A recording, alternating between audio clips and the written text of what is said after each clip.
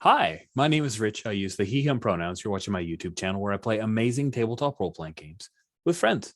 This is Intercontinental Group of Awesome. Have you missed us? I've missed us. It's been a little while. We have had some scheduling problems and holidays coming up. So we have a game Sans Jen. Jen is at PAX, probably leaving in a little while. I hope you had a good PAX. Jen, I really do. But we have quorum. We have enough folks to continue our campaign in the winter phase of the wondrous Spire. The city must fall. We are, by year's end, we hope to be nearly done. We may extend it a little bit into 2022 by a session or so, just to make sure that after 26 sessions, this being the 27th, that we're able to put this thing to bed in a satisfying manner. So, as always, our loving GM of this game, it's not me because it's loving, is Tyler. So I will hand it to you and promote you to the top of this. There we go. Hey, Tyler. Thank you very much. Hi there, I'm Tyler, he, him pronouns. And indeed, we are playing Spire by Grant Howitt and Christopher Taylor. And we are coming to the great grand finale.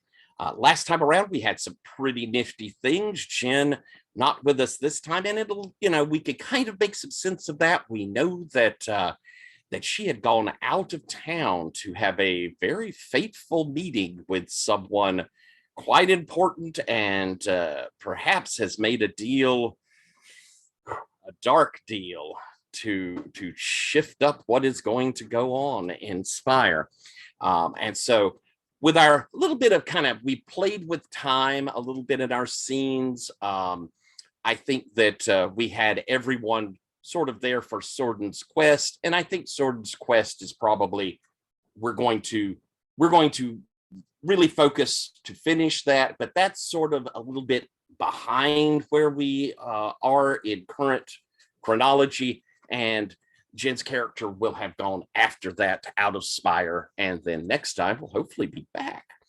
But why don't we have everybody, hang on a second, dog, stop eating that. Thank you.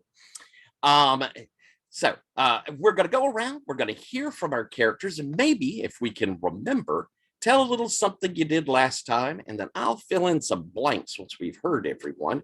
And of course, we're glad to have you back, Sabine. We missed you in the last session. So let's miss you all too. And we're going to just go down the old character keeper, I think. Jan, introduce yourself. Tell us about your character. Yeah. I'm looking for the unmute button. Hi, my name is Jan. He, him pronouns. I will be playing Zordin. Also uses he, him pronouns. Zordin is the knight, and his journey was as a duelist. And sadly, though he is going into a duel, I don't think his dueling skills are going to be coming to much use, because he's going to be dueling Saint Boniferous with drinking, which Sword is good at, but he's better at a sword. And you are going up against a true master of the drink this time. Woo. All right, and next up, Alex, introduce yourself. Tell us about your character. Hi, I'm Alex. I use he, him, and I'm playing Gerald, who also uses he, him, who's been waging a war of terror against the Steres and Steres allies, and the Elvia, driving a wedge between those two groups. Last session, he was forced to have a bath, which was more interesting than it sounds. He was basically told by Fenara to, or forced by Fenara to just, have a moment, rest, don't kill yourself through overwork. And then he snuck into a riot, protest, attack on like kind of Aramitz's neighborhood by Steries supporters, and was luckily there to kind of help Yvette out of a moment of danger. And I believe during your bath, the Bast God came to you and lifted a little bit of your mental issues and showed you Valorous Grindel, who is the king, the crown slayer. Yes, I remember something about that. And suggested he might be an ally as he is working his way, practicing on some of the Steries, waiting to see if the queen takes the crown of Spire. Yeah, I think in exchange for actually resting, Fenara promised I would get some fancy clothing with which to step in amongst the fancier Drow and Elfia. Absolutely. All righty. Thank you very much. And we know him, we love him. Rich, tell us about your character. Hey, I am playing Aramitz Fleck, the Lejan or priest of Nimie, our drow goddess of the moon. And yes, he received a great deal of help from Gerald saving his lady love, his partner, Yvette. And in our last session, there were some very real and direct threats from the Steries because he recruited Yvette to back his play and denied their access to his chapel, which made them quite upset. So there's a war coming. It's not going to look pretty. Yes, indeed. Quite the battle in the streets. And last but certainly not least, Sabine, introduce yourself. Tell us about your character. My name is Sabine. I use any pronouns. I'm playing Vizar, who uses he, him pronouns. And I wasn't there last time when I apparently missed quite a lot. But the last time I played Vizar, he had a visit from Simeon Shaderide, who is his father and who he does not like, and who has told Via's brother that he should not contact her. So I don't know how that's going to go. Well, in fact, that's where we're going to pick up. As you had heard, your landlady had come to tell you that a visitor had arrived to see you, Vizar, and that you heard from downstairs, where's my son? I know he's here somewhere. And you hear the voice of your father. Oh, we'll have to see about that. Do you head down? Yeah, I head down. Waiting impatiently at the foot of the stairs, you see your father. Give us a description. What does he look like? He looks like a man who's been working the river for his whole life. He might have been good looking once, very good looking once, but life, hard living, and the kind of bitterness that comes with being jealous of those above him, but not actually trying to change your station.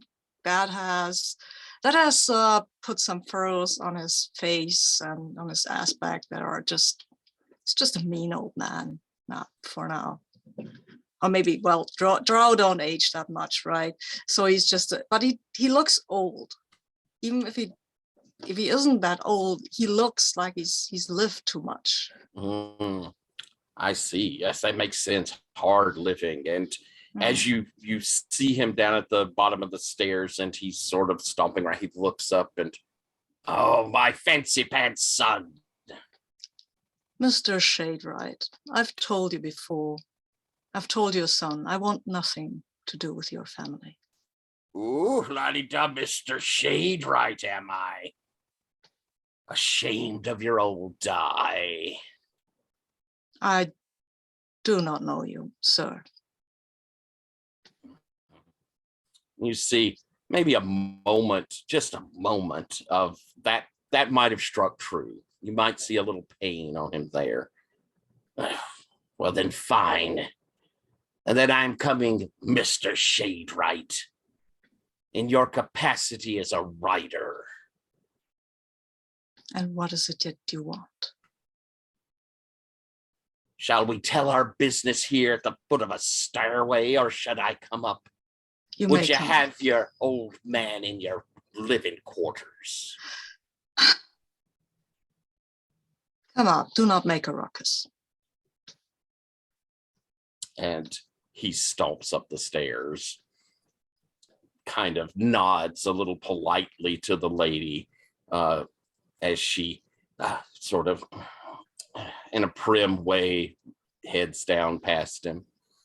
And as you lead him into your room, he kind of looks around, giving it a really calculated sort of look.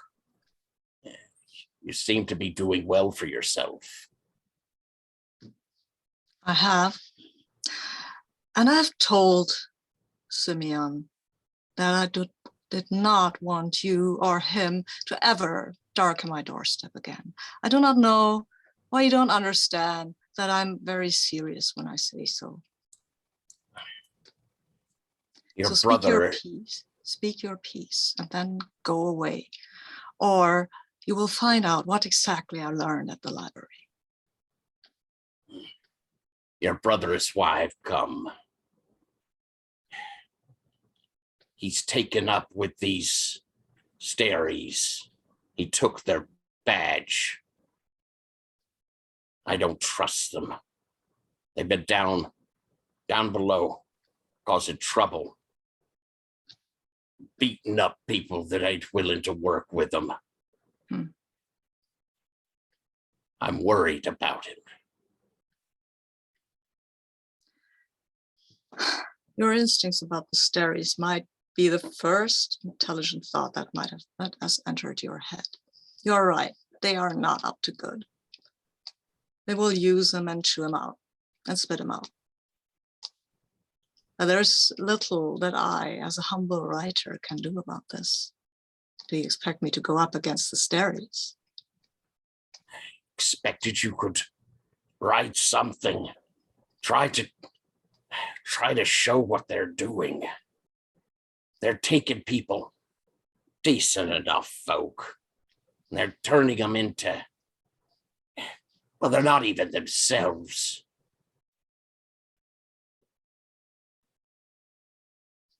Huh. That actually is an interesting take. To go on. I told your brother not to mess with them. They were just trouble and it'd bring the Alfear down on our heads. But, you know, he always has looked for a way up, an easy leg to stand up on. And this, I guess, he thought would work. He took their badge and became one of their little bully boys, walking the streets, knocking heads. He kept trying to get me to join him. But my line of business doesn't really fall in with what the Staries are asking for. But when I saw him the other day, bizarre, he's changed. He says things. He calls to these Staries like he's turned aside the mother and is worshiping them. And they've done something to him. Sorry. I can't say for sure what, but it's like he was hearing things in his head.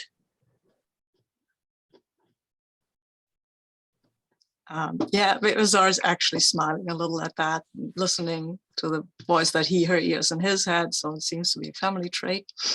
I think he says that it seems to be a family trait. Yes, but I know what they've done. then you'll help. You'll write about it. It's just not right what's going on. Yeah.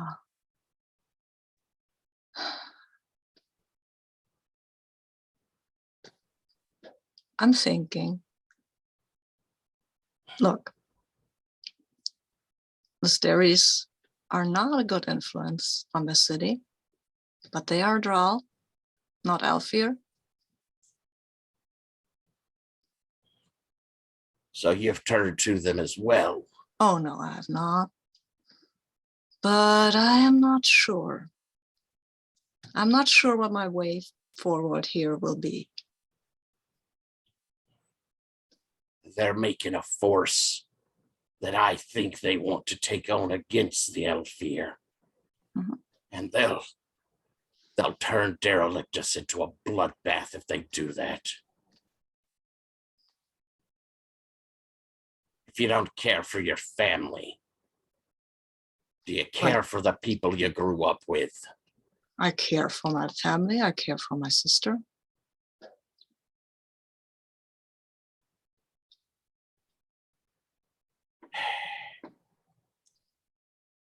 I can't fix what's between us, Bazaar. I wasn't a great father. But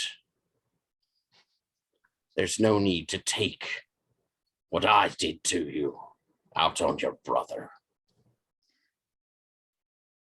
I'm not taking anything out on Simeon.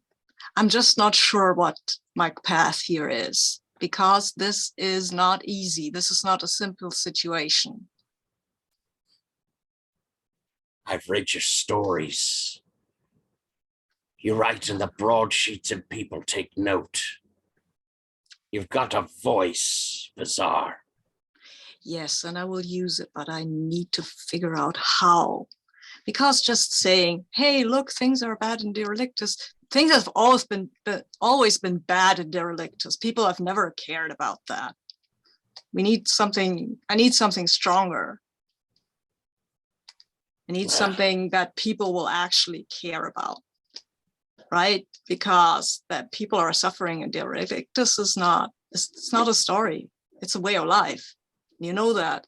And I don't like it, but I can't change it by writing just, hey, please care about other people.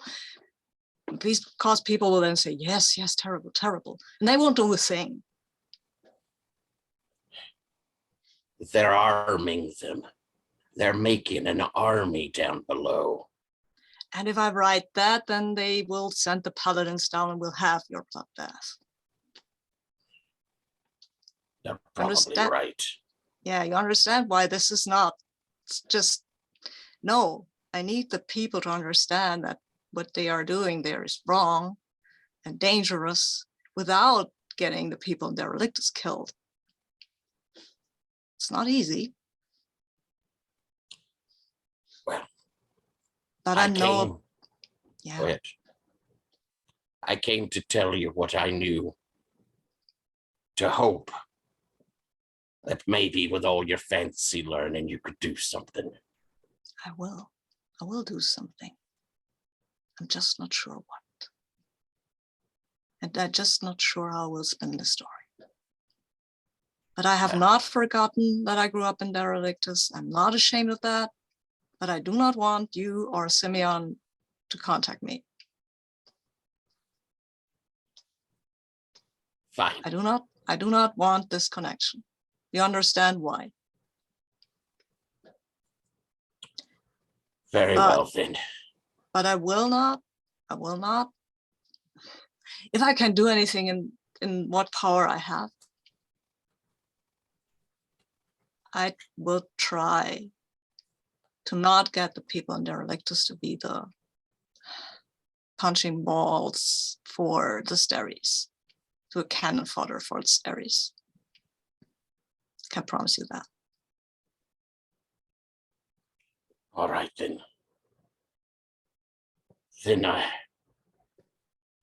Goodbye, son. I shan't bother you again. Thank you. And he turns and begins moving out. And as he reaches the top of the stairs, he looks back and says, "Your ma would be proud of you." My mother is dead. And he drops his head and shuffles down the stairs and out the door. We're going to shift over to deep beneath the river in a warm pub. An old man with a beard in darkened armor and Zordon sitting at the bar. As he had just finished, "It will be a contest of drinking." Yes, the bottle. Right.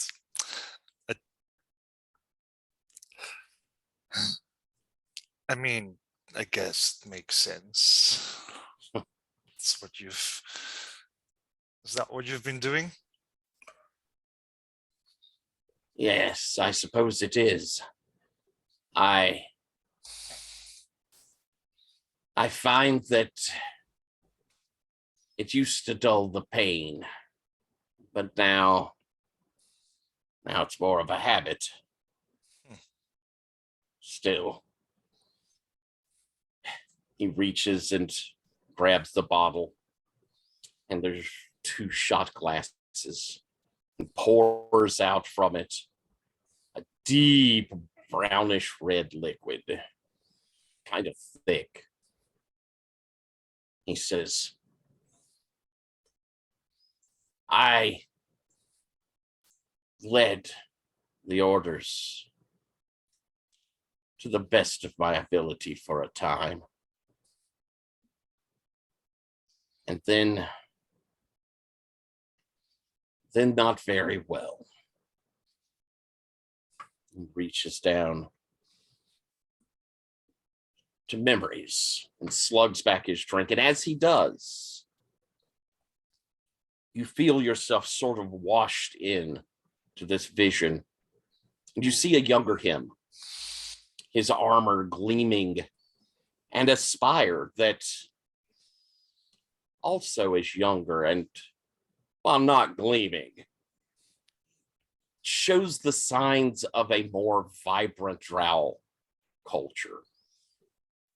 You don't see any of the works of the Elfir here. You don't see the constant propaganda, the rules and the dictates, nor is there that downtrodden look in most of the eyes of the drow. I mean, it's still Spire. It's still not the world's greatest place. But you can tell that this is before the coming of the Alfir. You see him with the other knights going about their business of protecting the people. You see them respected. And you can see in these flashes as he is lifting up the knights, as he is teaching them, as they are learning, the duty of the knight is to better the citizens of the Spire. It is to provide Spire with protection and order, and give a place for those who would want to do service. Then you watch as he grows older, as the order itself becomes more dedicated to their own glories, as they begin to,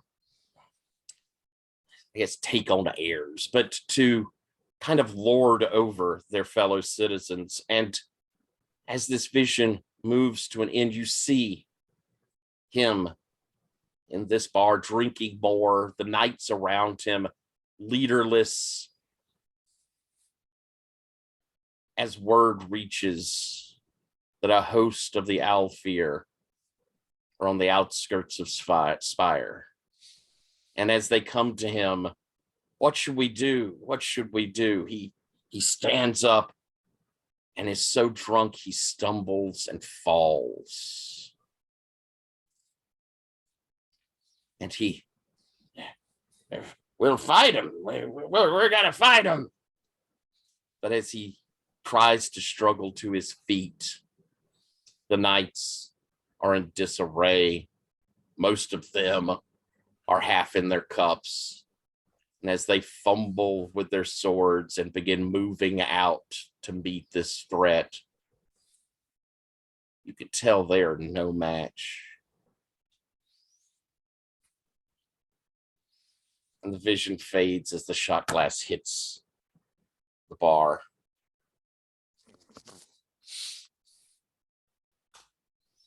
He looks down to your glass.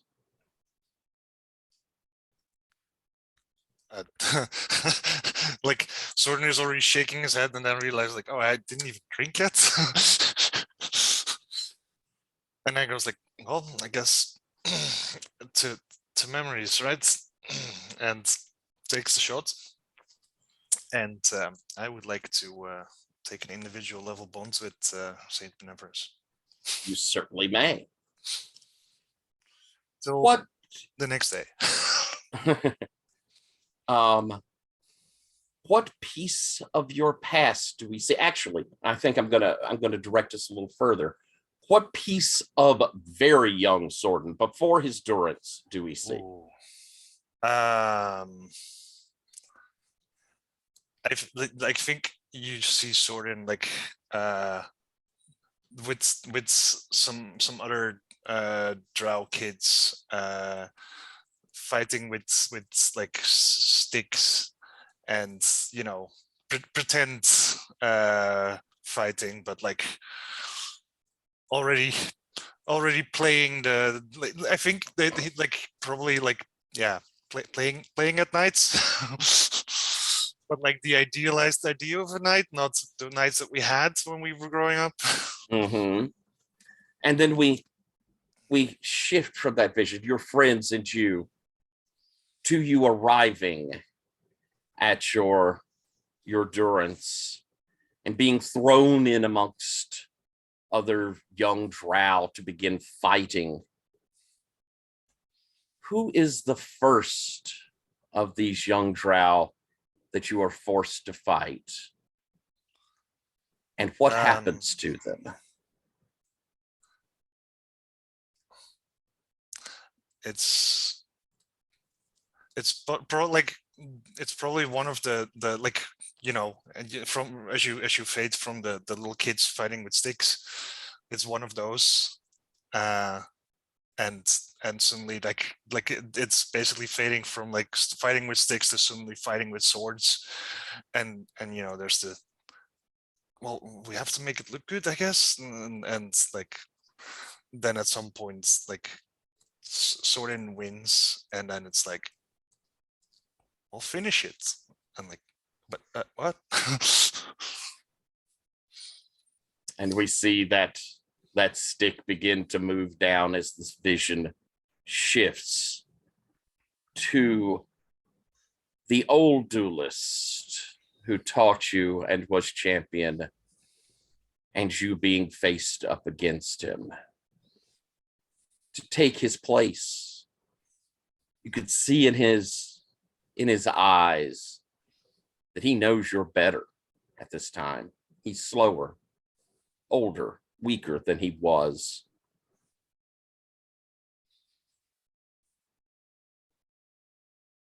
Do you kill him? Not initially. So the fight rages. And you've got the upper hand. You've reached the point where he is going to submit. He is submitting. You accept that? Yes. And as he submits and looks up towards you, I want to ask. You could see your let's see, what is his name? Your not I guess master or Yes. resplendent first light of dawn. dawn. Yes. He says, "Oh, a well fought match, but I'm glad to see the better has won. Sword, you will serve me now as my champion, my duelist, provided you have what it takes. Do what must be done, Sword." And then there's probably like confusion, like of course, what I mean, that'd be an honor. What must be done? You look down towards your former master. Do you run him through, or does he grab your blade and thrust himself on it? He definitely grabs it.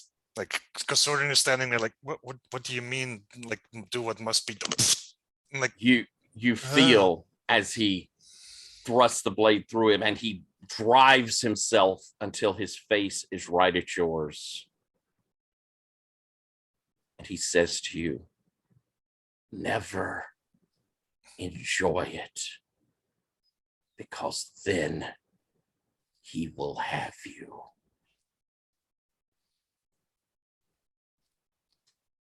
And we flash from that to you on the streets.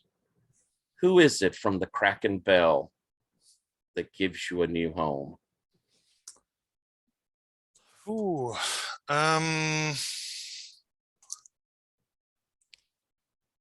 it's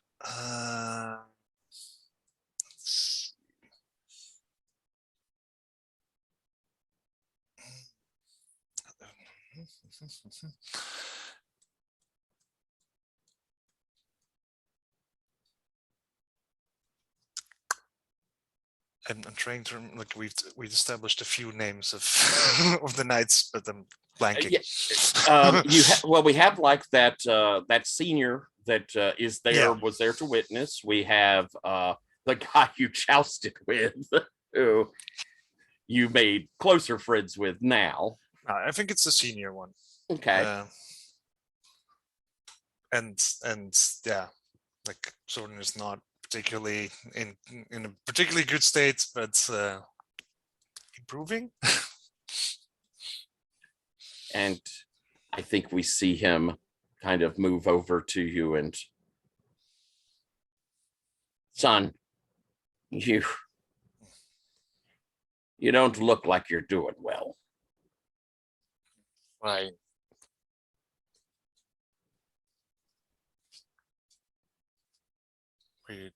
What did it do? Sometimes a man needs a purpose. Well, don't have one. So guess I'm not a man then. Well, how about I give you one? I think Sorin like sheepishly holds up his hands like, sure. And I think he reaches down with big calloused hands and kind of grabs your wrist and pulls you up to where you're standing. "Let me buy you a drink. Let's talk." Music to my ears. And we hear crack as the shot glass hits the table.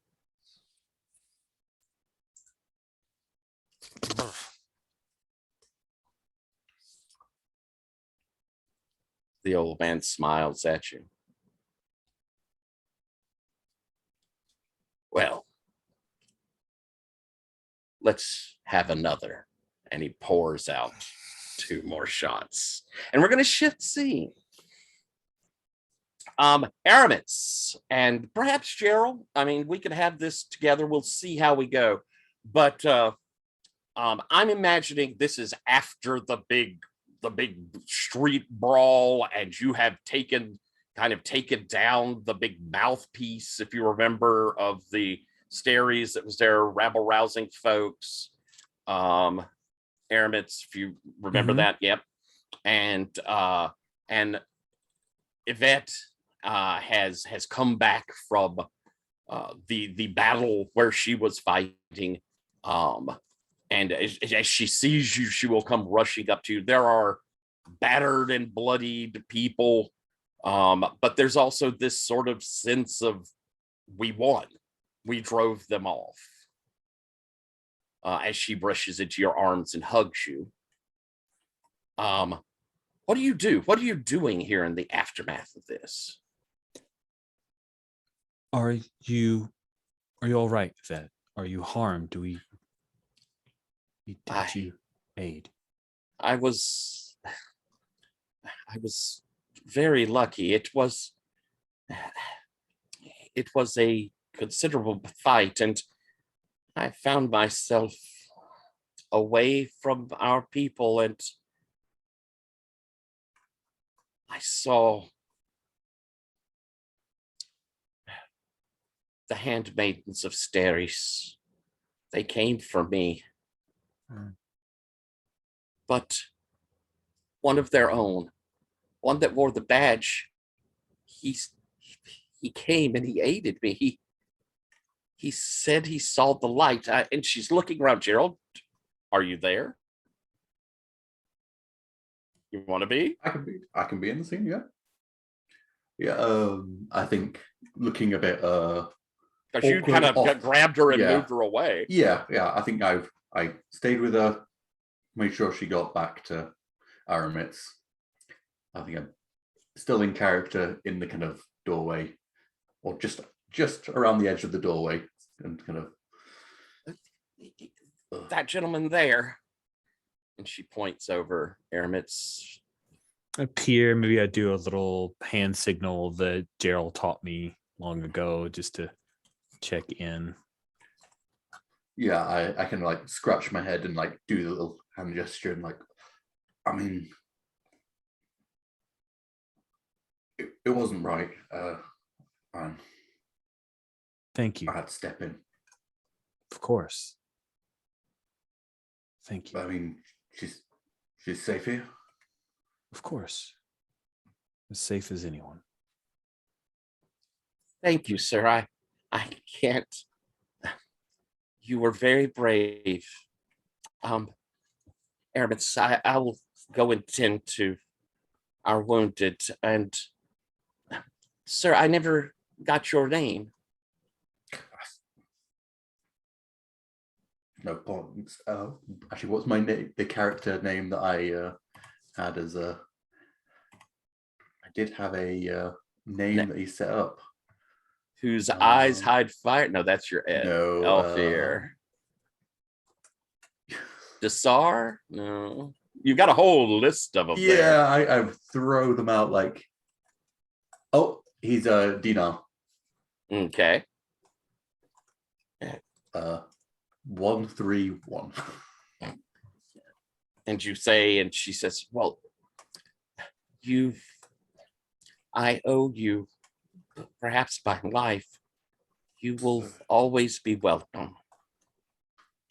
And she kind of touches your hand, and you could, I don't know how much you've been around Yvette, but her presence is just warming and wonderful. I mean, there's still a lot of that idol in her, even now that she's taken on the robes. And she says, please, I hope to see you again. And she begins rushing off to aid the people that are injured.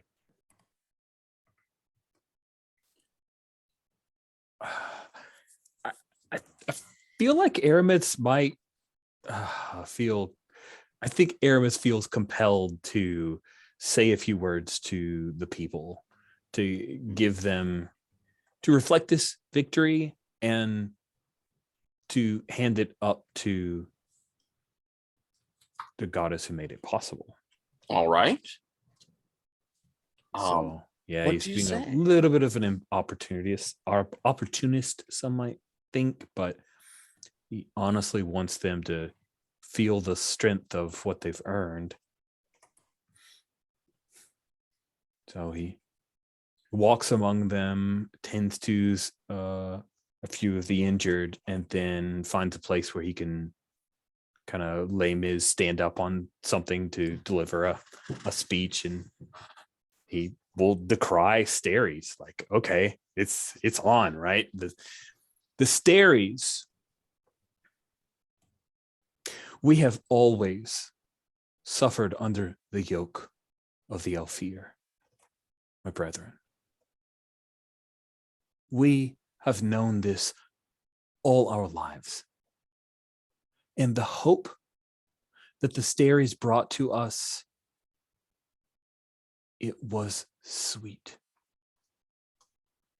But it was a different kind of lie. You see them revealed. They only want to use us in a way different from how the Alfir want to use us. We must remain strong. Thank you all for what you've done today to help expel them. That you get cheers, and they are kind of washed up into the, that we struck a blow here sort of feeling. But why don't we get a roll of your compel plus low society or religion, depends on which you prefer. I'd like to use religion. Okay. Compel plus religion versus low society. I'm trying to lean on the religion. So let me grab, I actually had not jumped to the roller. I'm jumping there now.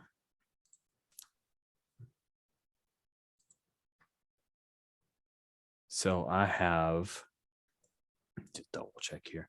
I do have compel and religion. So that's 3 dice. Mhm.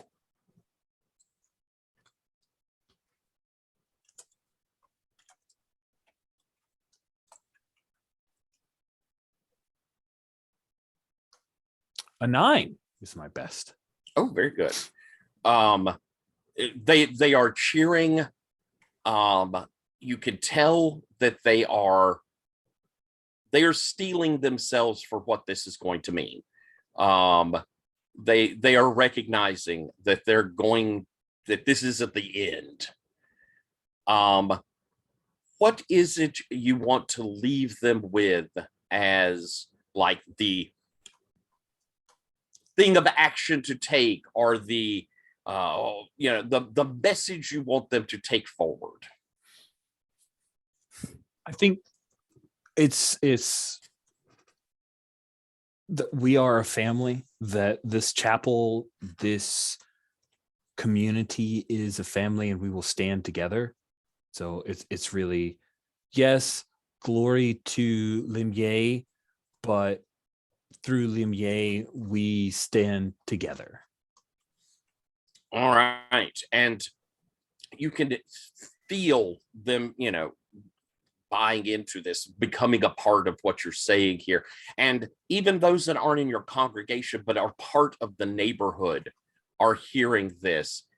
And they begin lifting up their voice to shout, yes, we're not going to put up with this. No, that this is our place. They can't come in here and just dictate what we do. And this, as you're standing there, the voices rising up in praise of you, in praise of Lumiere, in praise of themselves.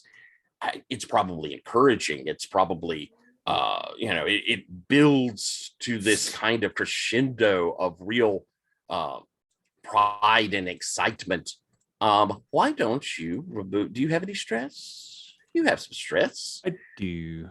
I think you could roll a d6 to remove stress. Oh, well, I will do that thing. Let me remove these d10s.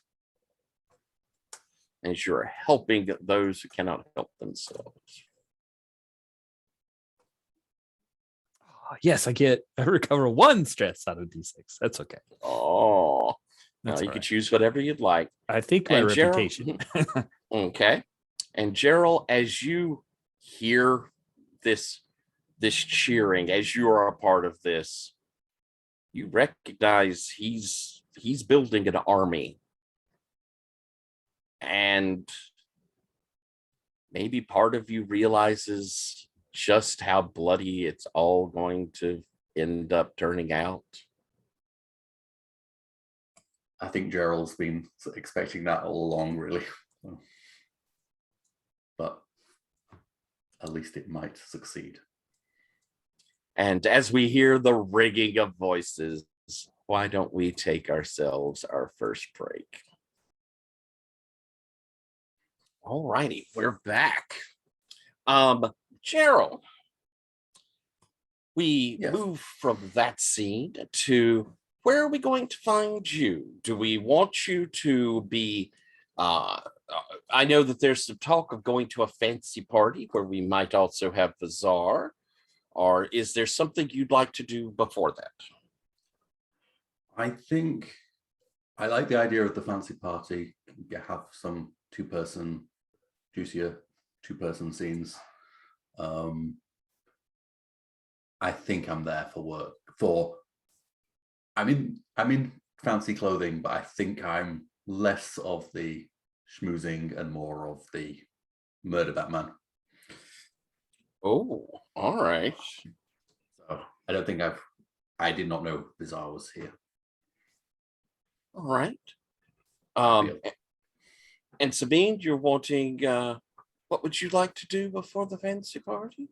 I would just like to explain what I've been doing for the last few weeks. I guess the few weeks have passed, right? And I haven't been sitting on my thumbs and just gazing into the nether, right? Absolutely.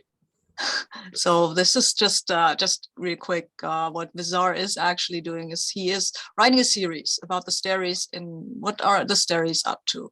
Like, what are they up to in Derelictus? Hey, they're helping people. Awesome, great.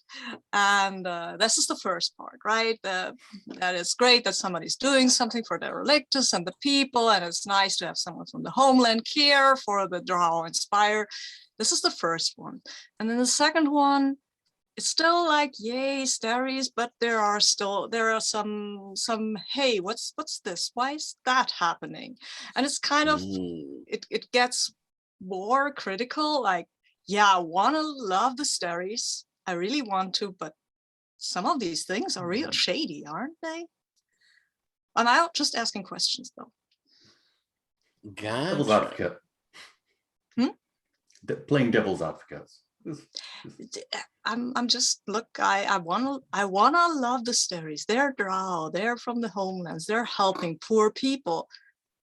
But why are they putting these Dominion slivers in people? Is that the right way to go about it? Really? Ooh, so you are bringing out that they're putting in their rumors of the Dominion slivers, all that? Yeah, this is I think the last installment will have this whole, yeah, there are these Dominion slivers, and I don't know if I like that, actually. Nice. I understand that there are criminals and that they must be controlled, but is that is the step you shouldn't take? Nice. All right. Let's have I think that could have some effect. So why don't we have a roll on that? Sure thing. I think it's compel. Yeah. And are you focusing it towards the high society or the low society? Both, actually. I mean, I try to get everyone, but in the pinch, I would try to get the high society, actually, because low society, they will already have some idea what's going on, right? We need the high society to. All right, then why don't we have that roll then? Okay, so that's 3. 3 dice. 3 dice. Okay. Yeah. Figure out how to. We're rolling d10s. That is correct. So 3d10.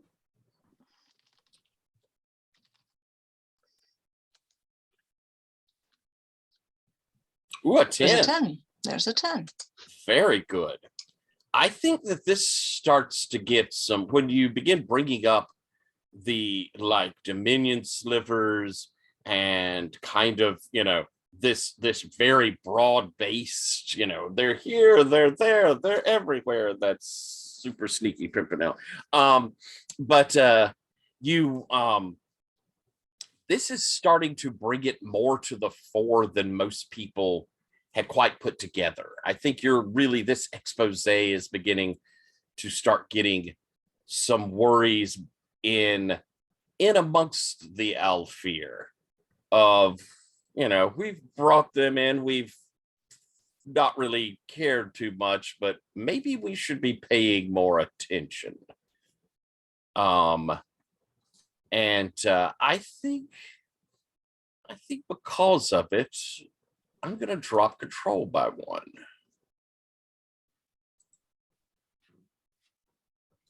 So from 2 back down to 1. There we go. All right. So things are getting out there. The Alfear are starting to get a little more concerned, a little more aware of things. And so we're going to shift it there. We're going to go to this party where, Gerald, I believe that the reason for the party is that council person Faye has stepped down, and we are in that sort of who's going to be next. And this is a party where the ones that are most set up for getting there are kind of schmoozing.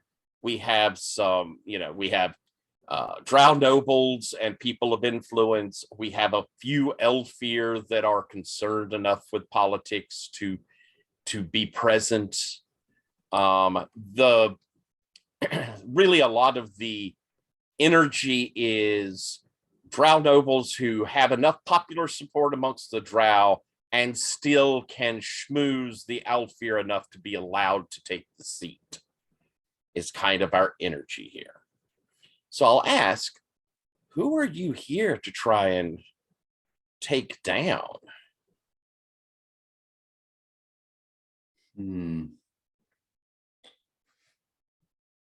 Is it one of the ones that are up for the seat? Is it someone else who's influential? We know that the big names that are coming through are Keslin, who is the king of the Staries. And he seems to be in the forefront. He seems to be the most likely to get the seat.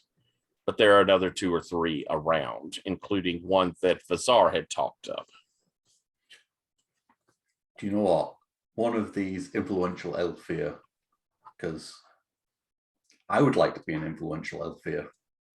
And if they're doing that, it gets in the way. So if I can remove them and be them. Very nice. And, I think it is Lord Wilt the Pedals Fresh. He is a notoriously horrible Elfear. Perfect. He is a monumental and horrendous racist who doesn't want the drow to have any power whatsoever.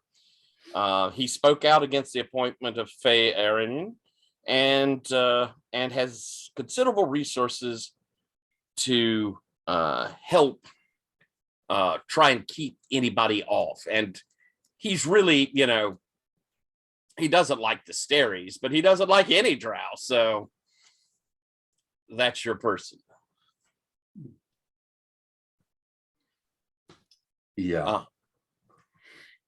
And so you're, I think, at the party, and you could see him, and he has on an ornate alabaster mask. And on it at the top, you could see there are like snow flowers of blue and purple. And as he moves his head, petals of them drip from the top part and move down across the mask. But as they do, they wither and blacken before they reach his chin. And from the bottom of the mask is this constant drop of blackened flower petals.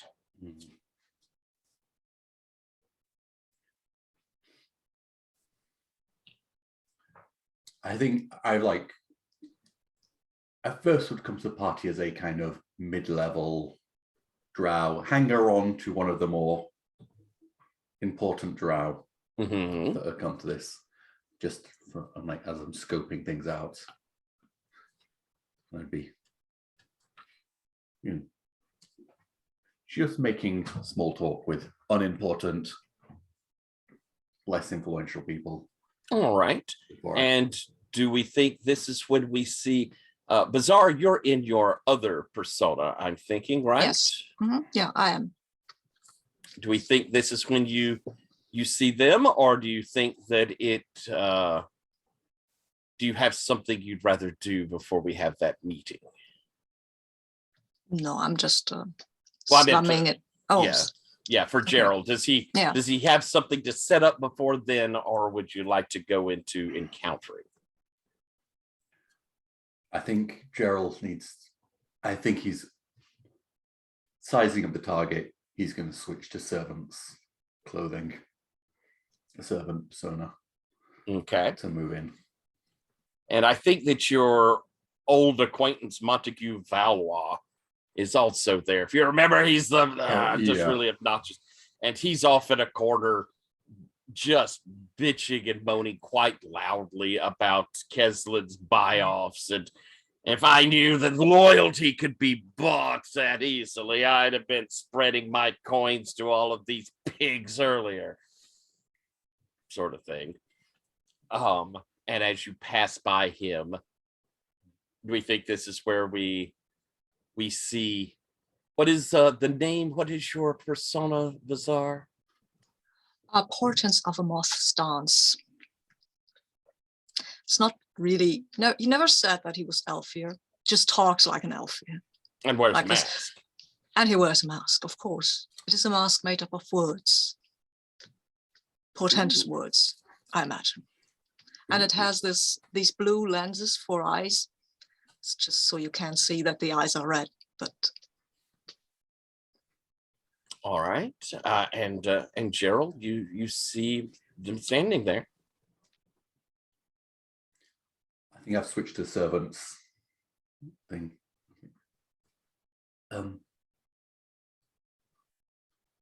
Is there any drinks needed at this table? Oh, yes, I think we would like the fluted spring wine, please. That would be lovely. Really? Okay. I think a moment later he's back with and I was asked to pass along a note to you. And he's like slips it in. It's like just underneath the drink as I pass it to you. Oh, that happens to me all the time. People want my poems so badly. What does it say? What the hell are you doing here?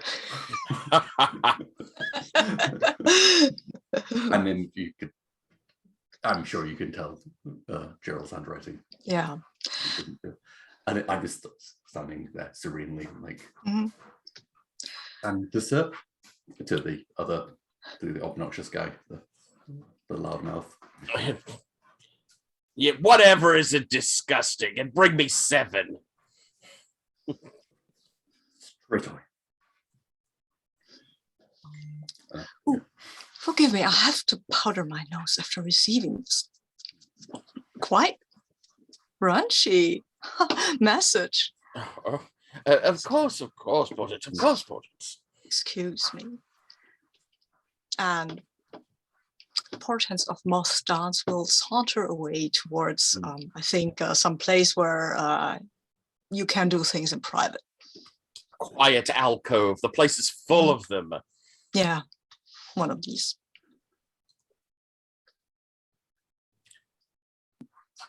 Yeah. Sorry. Apologies for the sound from back. Cats. Or cat. Yeah. The servant, of course, comes in to check if if I need anything. Yeah.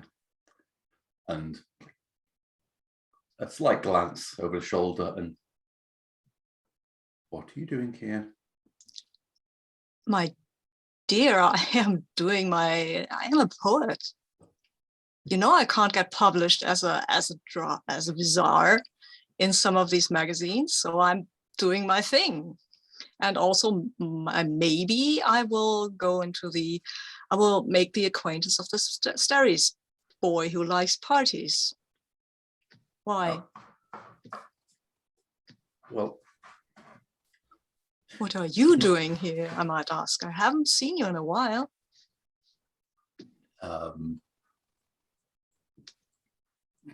Well, I was going to try and get you out of here before you cause any incidents.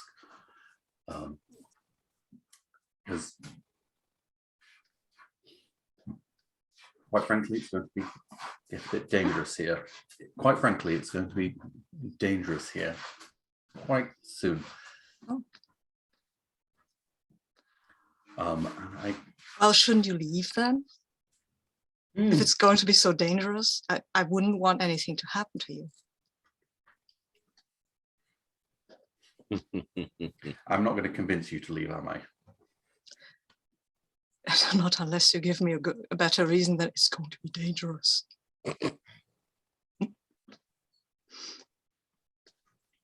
Okay, what do you need for your part?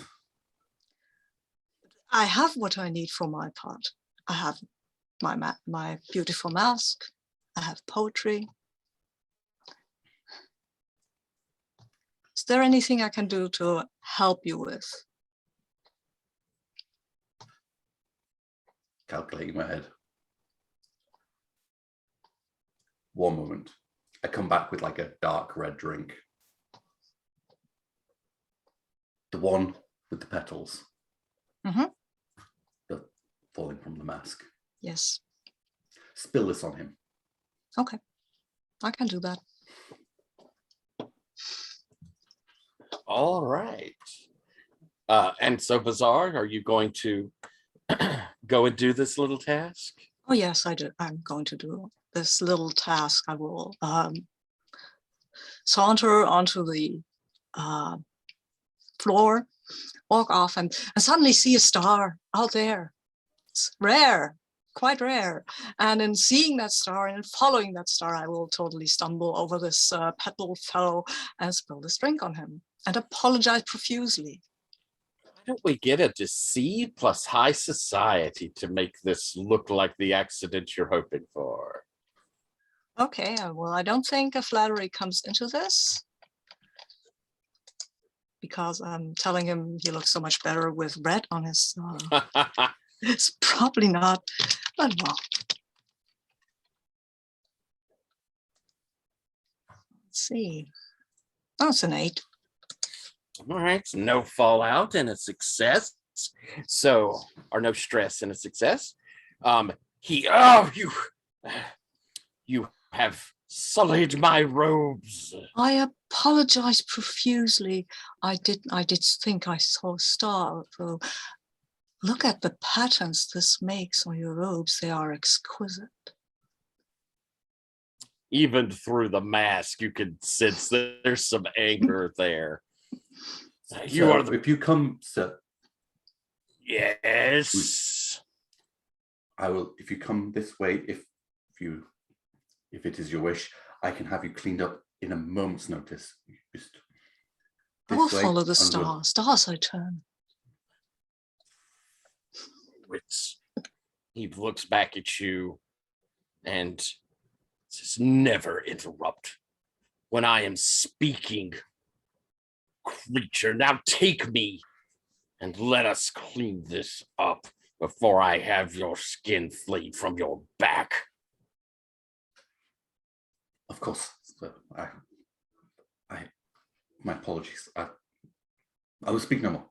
And I very kind of crouched down, trying to make myself look smaller, and he follows you as you lead off, and he says, "What is your name?" Are we far away? How far have we got? Are we still in- You're still close Oh. enough that like you could hear the party, but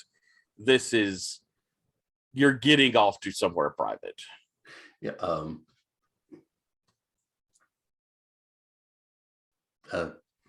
Jail, my lord, if it pleases you. It doesn't please me or displease me. Who cares what a bug's name is other than that I remember you. And I will make sure that your insolence is properly handled. Now, as he walks into, where you're leading him to, have this taken care of immediately. He sort of raises his arms up, expecting you to either redress him or however you're going to fix this. Oh yeah, I'm taking off the undressing, just taking off clothes, folding them carefully away from him, avoiding eye contact. You could feel the cold that radiates off of him. And as you take, the first layers of the robe off, it gets colder as you go until you begin to see that perfect white skin with its sort of blue veins beneath it. Well, should fit just about. Hurry, you lout! And he raises his hand back as though to strike. Oh yeah, I think I just grabbing the hand as it swings by behind his back. What you? And probably just like force him to push his forward into a dagger that just quick to the neck, and then just take the mask away before it hits. All right. He's Elfir, so if I when I visit my doom upon them, I have to be wearing the masterless mask to do this. So I don't get to roll with a D8, inflict D8 stress and rolling with mastery. But I think I do get to roll with mastery for the first, because I got the brutal tag on my dagger. I do think so, yes. Attack with, so. Absolutely. And I mean, it's just, I guess this is not a social check with No, you're with yep. So I think we're going to be rolling. I think you probably could be rolling deceive or sneak or fight, any of those, and high society. Yep, I think that gives me 3 dice. And did you say you had a I've got knack mastery. I've got, well, if it's dirty work, it sounds like dirty work. It sounds like sneak. dirty work to me if you went So, sneak. Yeah, so if we go sneak. All right. So 4 dice.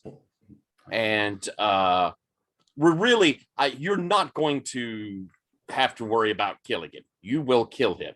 This is a question of if you're going to be detected. So this is going against your shadow. Okay, yeah. Oh, I got a 10 and a 10 and a 9. Oh my goodness. That is perfect. An exceptional success. You slide the deck. Where do you strike? It is, is there anywhere that would like instant death, but we can, well, somewhere that's instant death, but no, not too much blood. I think that's probably like going through the eye real quick or quickly. Yeah. Back of skull, that sort of thing. A brain punch. It slides in quick and quiet, and there's no sound as he begins to crumple. And I think with that exceptional, where is it that you had already scoped out that is the perfect place to get rid of the body? I Can I have paid somebody off to collect this? 'Cause Oh, this yeah. is useful to have later. Oh, yeah. No problem whatsoever. So rather than him suddenly disappearing one day.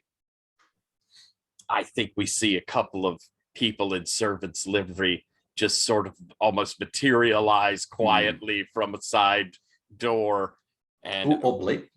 Hmm? We've not seen Blakely for a while. I don't mind that at all. Yes, I think we then very much see someone almost materialize from nowhere, who comes in with a broad smile on her face. She's got kind of a half Harlequin mask on. And she says, "Well done, my friend." If you can keep us somewhere cool in case we if needed later. Absolutely. I know of a place where I could put him on ice. Thank you. Straightening up and reapplying all their clothes. And she moves to a side door, going to head out as she looks back and says, "I saw your boyfriend is here." Yes. Well, I guess the night's work isn't over yet. And you?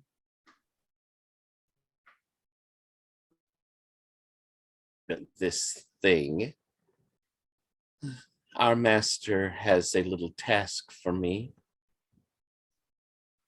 Well, I wish you luck. Thank you. And you. And I put the mask on. Be Stride careful. out. Yeah, she says, "Be careful." Yeah. Little head nod and then shouting, "And I do not want to see you again for the rest of this night." And I stride back into All right. the party. Bazaar, you were wanting to head over to the Stari's son. Was that what you had said you would like to do? Yep, that's what I would like to do. Halcyon. Halcyon, right? Nice name, lovely name. I think that as you, following the star, move your way close to him, you can see that he is deep in his cups, and he looks towards you. It's a poet. I have heard of you. Indeed it is. Are you Master Halcyon Steris? Of course, Reverend Elfir. Your name, Halcyon. I mean, that is such a euphonious name. I must write upon it, if you would permit that. He smiles with self-importance, and we'll come back to that scene as we shift down below. We see Halcyon lift up a drink, and as we do, it sort of pulls into another drink being poured into shot glasses on a bar beneath the river. The old man looks at you and, another? Well, that's the point, isn't it? I suppose it is. Two old friends, lost and found. And he slugs back. As he does, you're wrapped into this vision of him that we see him in his youth, coming from a good family, working, a noble family here of Spire. And we see this montage of him learning to fight in his household. We see this sort of dignity of this noble house to which he belonged. And again, without the Elfir here, there is this very Drow Renaissance-y sort of feel to the place. The whole nations are in such chaos, but here in Spire, things are, it is a hub of the culture of Spire.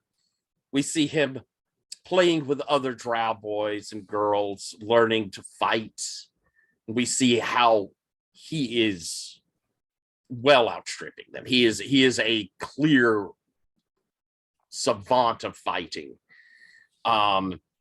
We see him with his, a little older, but with other fighters, and they are drinking and they are enjoying their times together. We see one in particular that clearly a close friend. As this person, as he's talking with them, says, "Well, you're bound to be one of the knights." And Bartholomew is that Bartholomeus, isn't that it? Yeah. Looks at him and says, "Well, do you not plan to take the orders?" He says, I'm not the fighter you are, nor is my name nearly as renowned as yours. I doubt they will wish me to join. And we see Bartholomeus kind of slap his arm around him and says, "Please, where I go, you will come with." We sort of see this scene shift to where he's in his knight's armor, and that other drow there with him as they are fighting out in the benighted plains. You see a force of gnolls as this contingent of knights is fighting against them, and we see his drow friend begin to be overwhelmed by a group before Bartholomeus jumps in and just with amazing skill begins dispatching the gnolls around him, flinging them back, taking blows on his shield and on his armor, but never slowing as he saves this friend. "Thank you. I thought I was gone. Don't worry. I'll always be here to watch out for you." And the scene shifts where we see these knights at the gates of Spire. There aren't a lot, and there is the army of Spire with them, drow with spears and crossbows kind of lining the walls, but this force of Alfir in front of them, the cold waves that seem to radiate from the army and their gleaming mail, the spear points and the swords flashing as they are moving forward. I see Bartholomeus, and he looks rough. And we see that friend come up. We have to get ready. You need to get our troops in formation. What's the point? Look at that. We have no way to beat that. His friend looks at him. But we must try. It is our duty. It's our city. Bartholomeus sort of shoves him to the side. And when he does, he sort of staggers a little and reaches down and grabs up a flask and takes a big slug off of it. This is the last battle of the orders.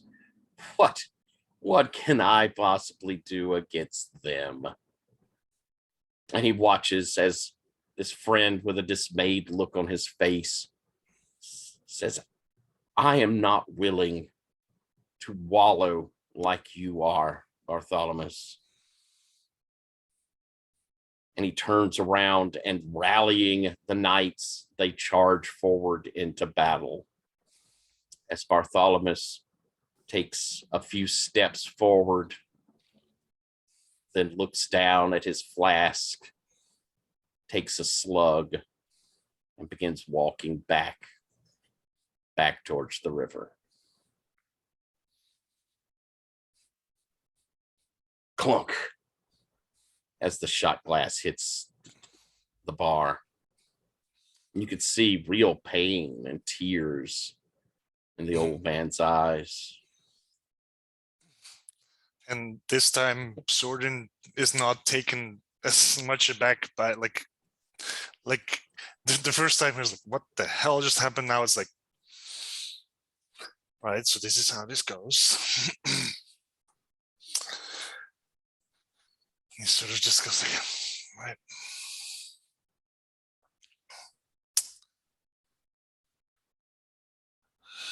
Kind of sad to see that, and then takes his shot. And You slug it back, and its fire hits you as your vision shifts. Who was your closest friend in Resplendent's court?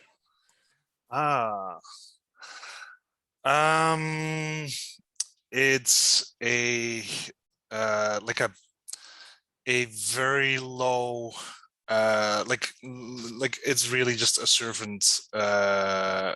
It's a servant girl that's is supposed to bring drinks to and refreshments to the champions, but is not in any way allowed to be anywhere close to a Resplendent Dawn.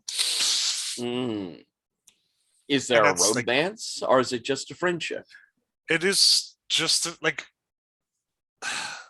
Zordon doesn't have a lot of friendships during that time because he's too caught up with himself and how important he is. But that's like the only person that sort of still like somehow she has a calming effect on him, and he just goes like, oh yeah, thanks.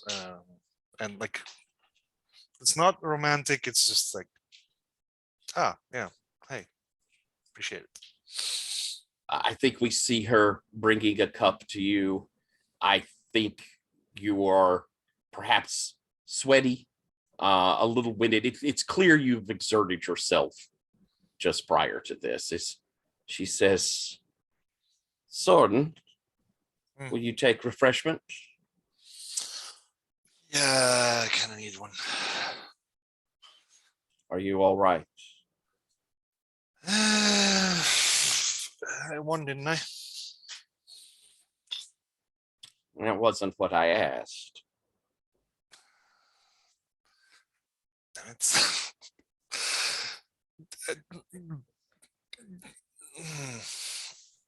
I'm fine. I don't mention it, but yeah, that hurts. Oh, I said no, don't look at it. You can't keep doing this forever. And your endurance, it is expired. You could leave. And go where? This is good. This is good. This is a good opportunity. This is like I can't. There's no way I can find anything like this. Underestimate yourself, Zordon.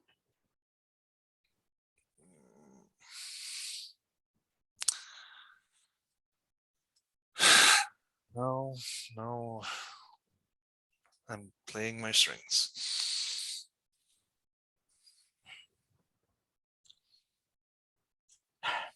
As you will.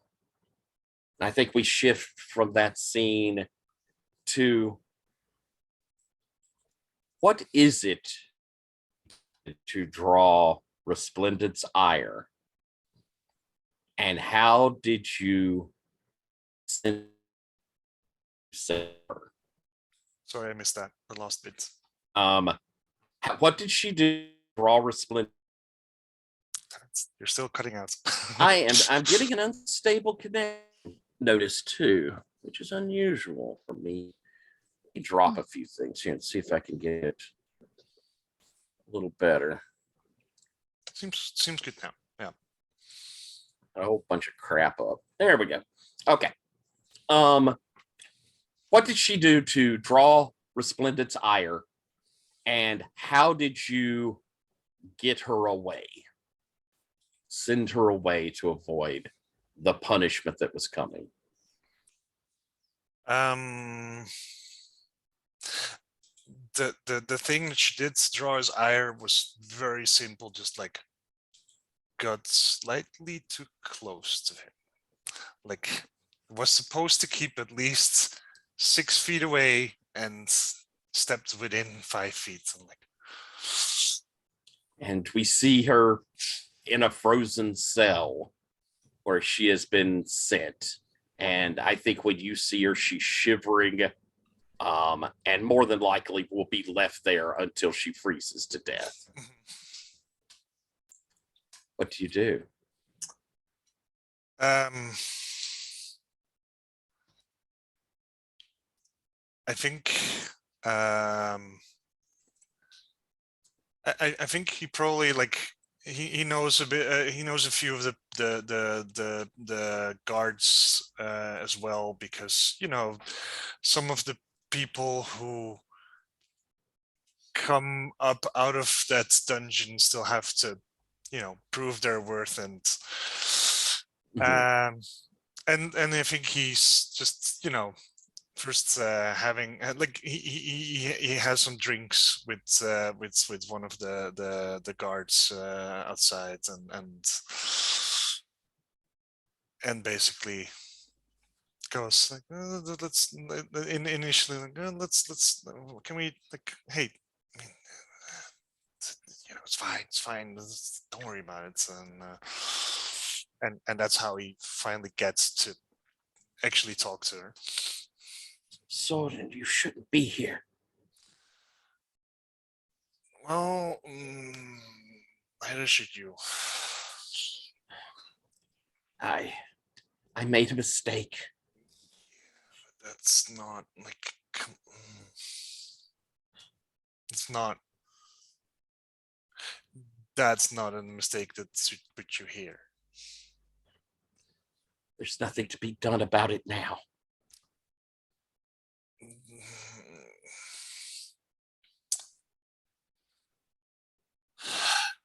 Let's see about that, shall we?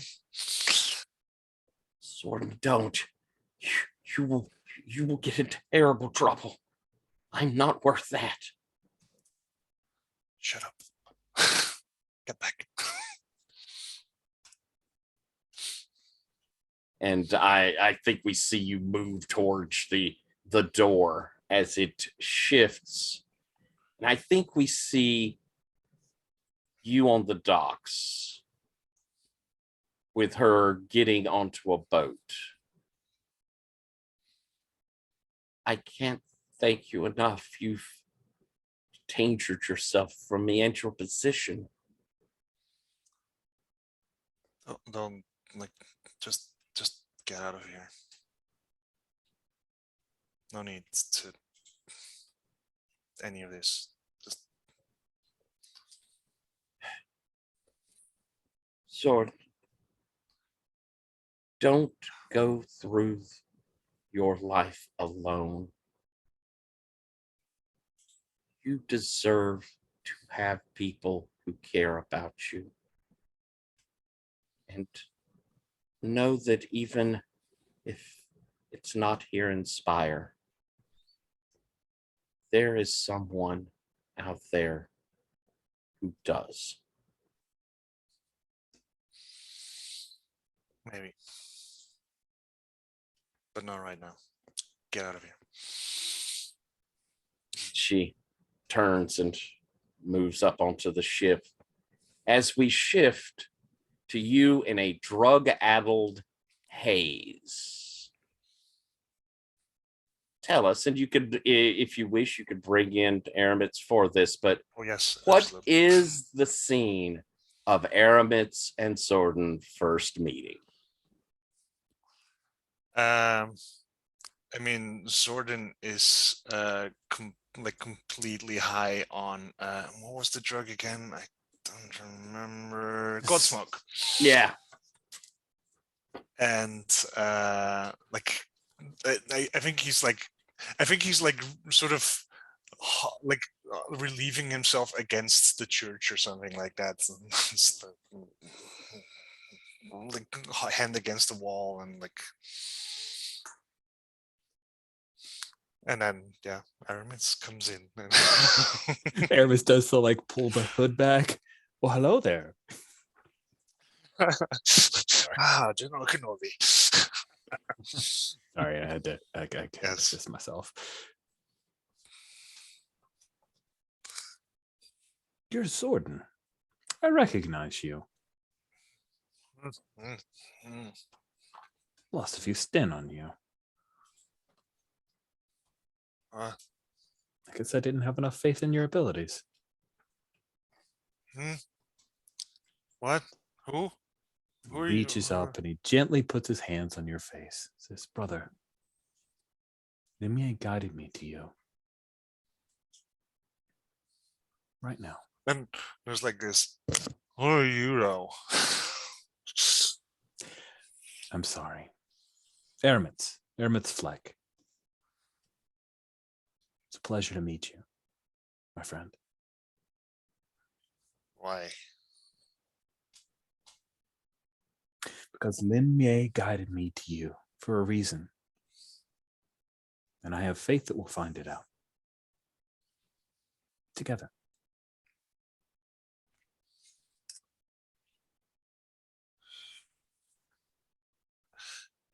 I don't think I don't think I know anyone called Limier. Oh. Well, I am happy to tell you about her. She's cute. She's the most beautiful creature in existence. Yeah, then you can tell me. I think we see the two of you begin walking from this alley towards the front of the chapel. Nice. As we hear crack, a shot glass hitting the bar.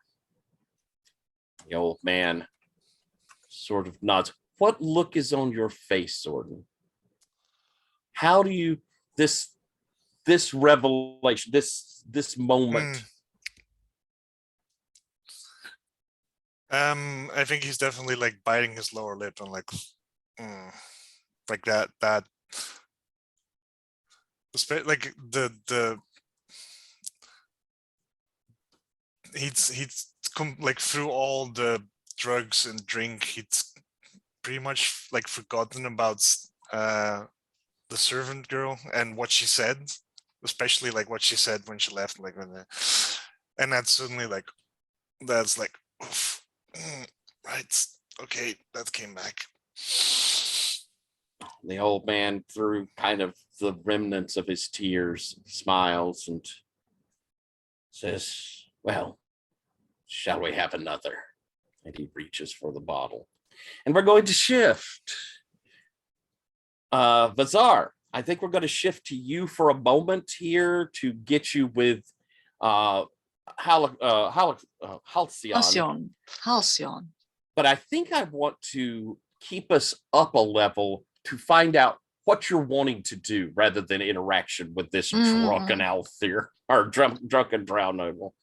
I just want to meet him. That's basically, I mean, he is Steris, and I think if he's drunk enough and if trusted somebody, he might spill stuff, right?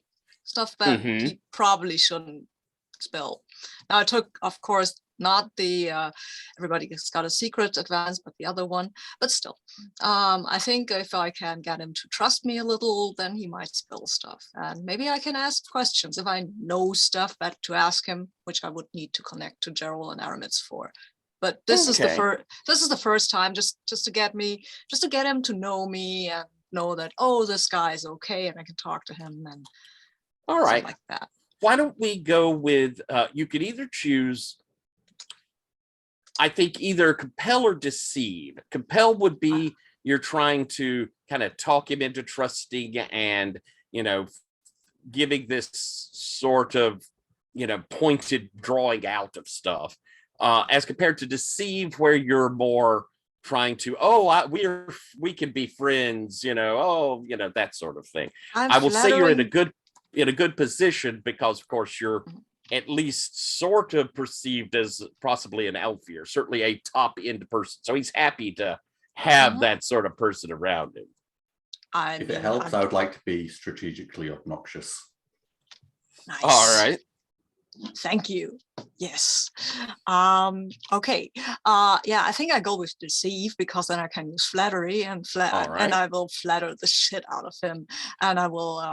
Are you an obnoxious servant or are you an obnoxious? Oh, I'm an elf? obnoxious elf here, a very Oh. important one. And Oh, that one. Okay, then I Yeah. won't know that it's you, but still, I can still use that to my advantage. So you're giving a help die, Gerald. yeah, Yep. And my Uh, guess is how are you, I especially think- knowing this guy you're portraying? I think within earshot, I would be loudly complaining that why does it have to be? I mean, why does it have to be so warm in here? I mean, just for them. Nice. All right. So I think you're rolling 5 die. Yes, I'm Bizarre. rolling 5 dice. It's true.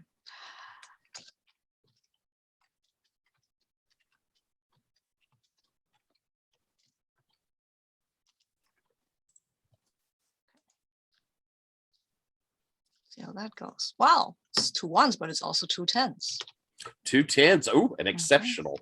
I think you're having a good conversation. He seems to be falling in with, just kind of flatters you're with him. And also at the same time, there's a bit of his, I'm the Prince of the Stairs. And he'll lead in. This whole party is completely pointless, My father is already going to get the seat. It's all been handled. Oh, that is nice. That is very good news. Who's he handling it with? Pardon me? Who is he handling it with? Well, certainly not that. He points over to where Gerald is pretending. He says, but several of the counselors were more than happy for a bit of extra cash in their pockets. And such a clever strategy. Not only that, we have, amongst my family, gained a lot of new allies amongst the drow. You might notice our badges are everywhere. Yes, yes. They're so lovely. There's the Durance, but that's only 5 years. My family has been giving 4 years, but my family has found some of the most beautiful little diamonds in the rough from down below, from Derelictus. Oh, and really? Shined them up and been giving them as gifts to our Elfir allies. 4 years is nothing. Yeah. And of course, they're from Derelictus. It's not like anyone would care what happens to them. Oh, of course not. And Gerald, you will see that Vizar is grabbing his dagger real hard. He's not stabbing that guy, but yeah, well. And we have ways of making them obey even the most forbidden of predilections of the Alfir. Oh, that is that is delightfully decadent, my friend. I feel we will be great friends. Does that seem like a fair bit of revelation? Yeah. Oh, okay. Yeah. I need to go to Gerald and tell him to kill this guy real hard. And so we're going to shift off of that over to, we're going to kind of free up a little bit. I've had these kind of structure things, but Aramit's here in this time here, what do you think we're getting from Aramit's kind of as a going forward sort of thing? Aramis is torn. On one hand, he wants to batten down the hatches within his community and prepare for whatever Staries is going to respond with, but his heart is also pulled to his friends. I think during this fancy party and Zordon going to drink, he's got like 3 places he could be. But he chooses to go to the Crack and Bell where Zordon is drinking to support his friend. Okay. So do we think this is after he's returned, or is this before the going into the river? What do we think? Is he? So this whole drinking contest isn't happening in real space, or It's in the Grail down at the Oh, bottom of the shoot, river. That's crazy. Yeah, so I guess Mhm. he'd go to Kraken Bell and maybe he's just looking for Zordon, but he also knows that Zordon's been doing this crazy quest thing. So All right, then. How about I think I'm going to hit then Zordon and have when Zordon comes out of the quest, because this is the end of the quest. cool. You're the first one we have an encounter with. I That love it. seem fair? Does that seem That sounds solid? great. I like that. Okay, so we're coming back to you, Zordon. As the old man picking up the bottle fills up the glasses again, she says, "To duty," slings it back, and the familiar wash of this man's memories comes across you. And you see him coming up through the Knights' ranks. You see that at the time, the Knights truly had a code that they adhered to of protecting, of trying to show the best of what Drow society can be, because there's so much infighting in Drow society, but it can be destructive. The Knights were a group that could depend on each other to counterbalance that. The Drow can have a tendency to sometimes be a bit Machiavellian in their business and in their politics. The Knights were there as a group that could be seen as fair, that could give a judgment or give their views, and it not be seen as something that was, you know, purely based on self-interest. And you see as Bartholomeus works his way through this and really takes these to heart. And then we watch as he gets older and has reached the pinnacle of the order. But in the Spire, there have already begun to be nobles that are taking huge bribes from the Alfir to the north to the Knights are aware that some of them being paid to do projects in the city, but there's no need. Everything's safe here. Why do we keep our standing army so large? Or, we've been trading with the North for ages, and of course they're not going to, they would never come here, so why don't we give them these favorable trade things and allow them to have representatives here in the city to deal with trade? And you see him at first arguing against it. And then you see, as time goes on, him just begin to, it's so much to deal with. Every time he puts out one fire, two more have sprung up. There's down in Derelictus, there are people who are, causing so much trouble, and it's destabilizing production from the factory sector. And, he, listening to the nobles, he sends the Knights in to bust up the strikes of these people. And over, he finds himself doing things that he's not proud of to his fellow Drow. The decisions, the choices are, bad on both sides. And then he begins to drink. And more in these visions, you see him just, you decide, to some underling, or it's up to you. What difference does it make? As he sinks further and further into the bottle, until we see him walking through Spire. The city is in turmoil. Behind him is the sound of fighting. Camera he looks behind him, and we see the Elfir have busted through the gate. They're moving through massive magical workings as they're freezing parts of the city behind him. And he reaches a pub at the end of a long dock. You recognize the Grail.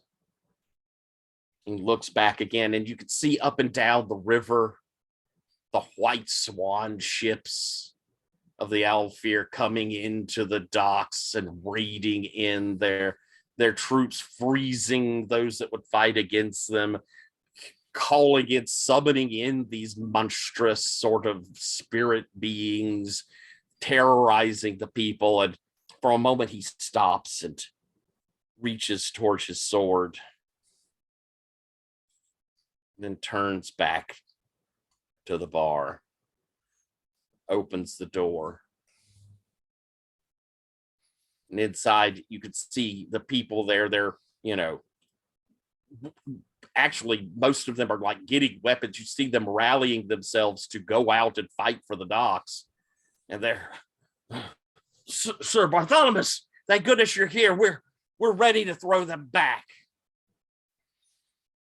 And he begins to laugh as he sits down at the bar. Have you seen them? We're beaten already.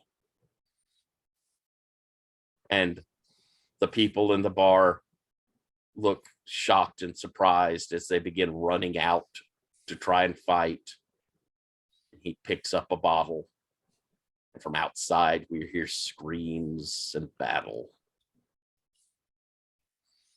And then outside, through the window, you see a bolt of energy, magical power coming from one of those swan ships. It smashes into the dock. And that pub fall into the water and begin to sink. Crack! The glass hits the bar. You could see on his face such sadness and shame.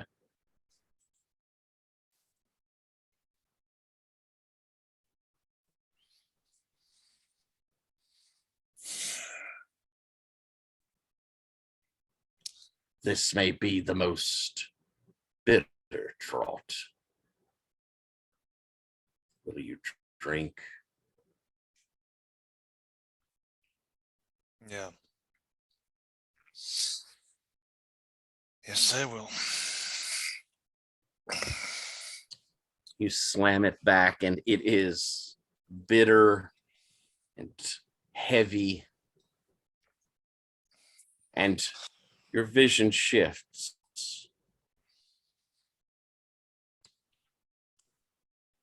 And this, I think I'm going to kind of open up a lot to you. Mm-hmm. Of, we see you, no. How do we see you fighting against the Alfir's presence here in the past? What do we see of you standing up to them? I think, in a weird sense, Sorden's vision is slightly backwards, because it starts with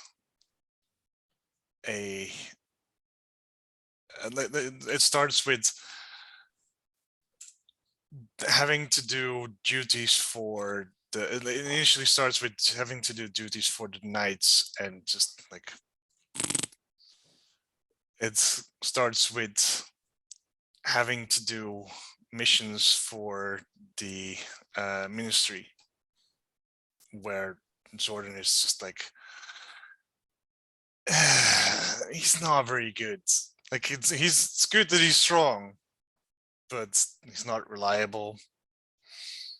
He's just sort of like, the only reason why he's there is because he's strong. And he also gets treated that way. Like just stay there. Don't touch anything. Don't. And his stories, like the visions, start getting a bit more like, you know, there's at some point there might be a, hey, well done. There might be, you know, at some point there's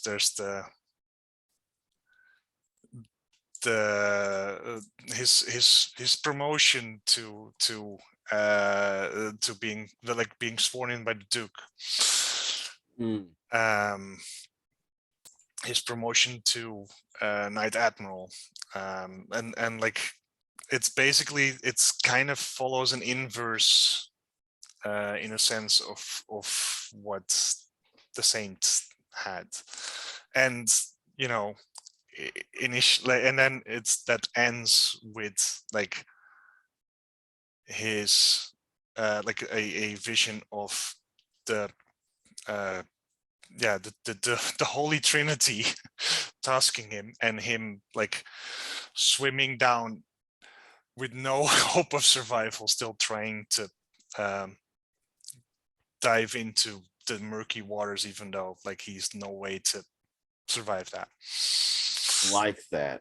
And I think as that vision shifts to a final vision, we see many drow in arms. We see a mass of drow. They're not, you know, armored or particularly, you know, uniformed, but there is just a mass of them charging into battle. Almost like a mob. And you recognize you are there. You see them charging towards other drow with the badges. But you also note that amongst those drow with the badges are several of the like troops of the paladins and Alfir guard.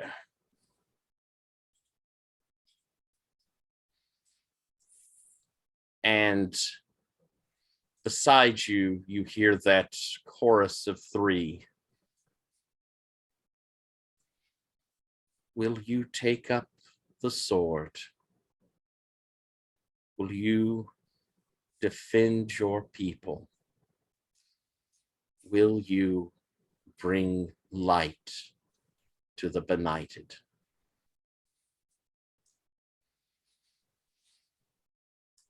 And then the crack of the glass coming down is followed by the crack of the sword being slammed down on the table.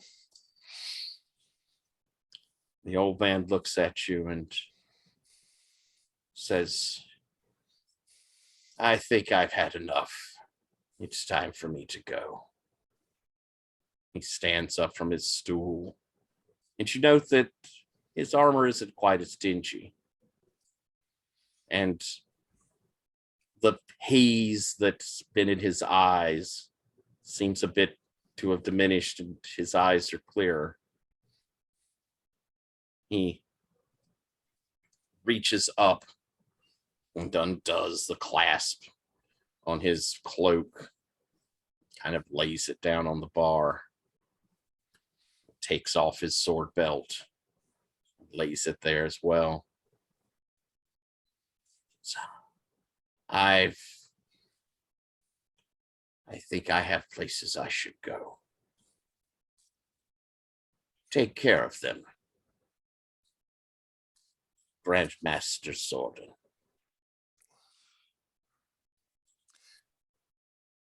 Before you go. Yes? I'm not sure if not sure how this goes. If it's just a title, if it goes. But there's a lady upstairs that's expecting payments. And I need to know if it's better to pay with your blood or mine.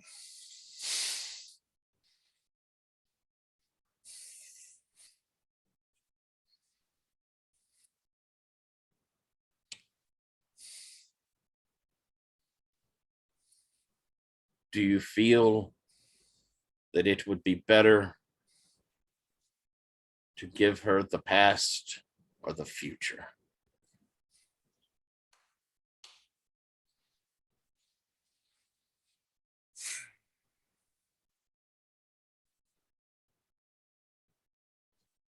Past, I guess. Don't trust her with the future. He reaches over and he slides his sword out about maybe that far, just enough that you could see the blade. Runs his hand, his palm across it. Clenches his fist over one of the shot glasses as blood drips into it. Then he turns towards the door and opens it. And outside, you see. I think as he goes, Sorin sort of fumbles inside of his pockets and then like gets out a tiny wet piece of paper and sort of goes like, in case you ever want to go anywhere. Is it your ticket? Yes. Oh, the ticket to the last train. He takes it from you and you see him.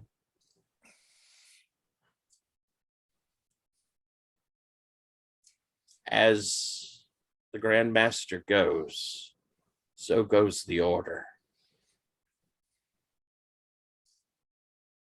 Be strong for them, and they will be strong for you. And he moves towards that silvery light. And as he does, kind of looks down at the ticket, and you can hear a whistle and the sound of a train coming as he steps out and the door closes. And as it closes, bam, a door opens in front of you and you're looking in the Kraken Bell.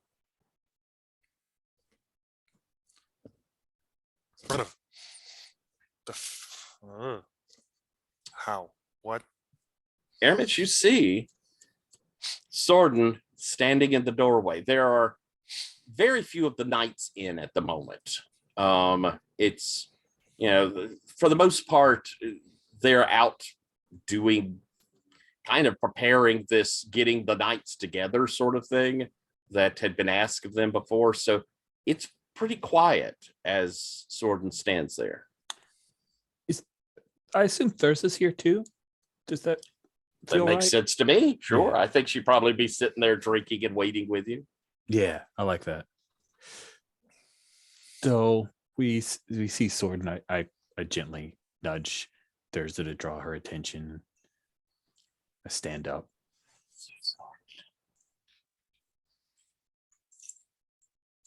She moves over towards Sir Sorden.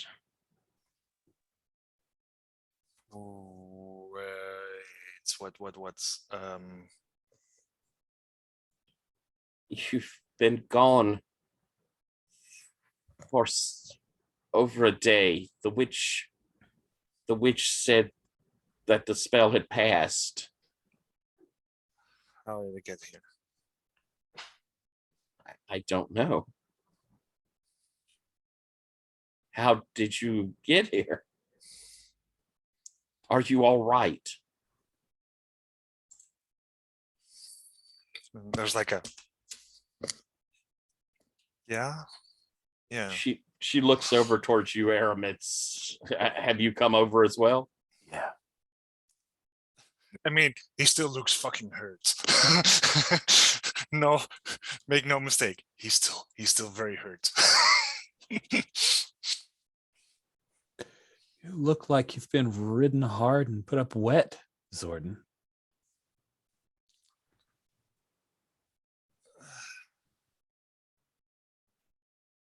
Yeah.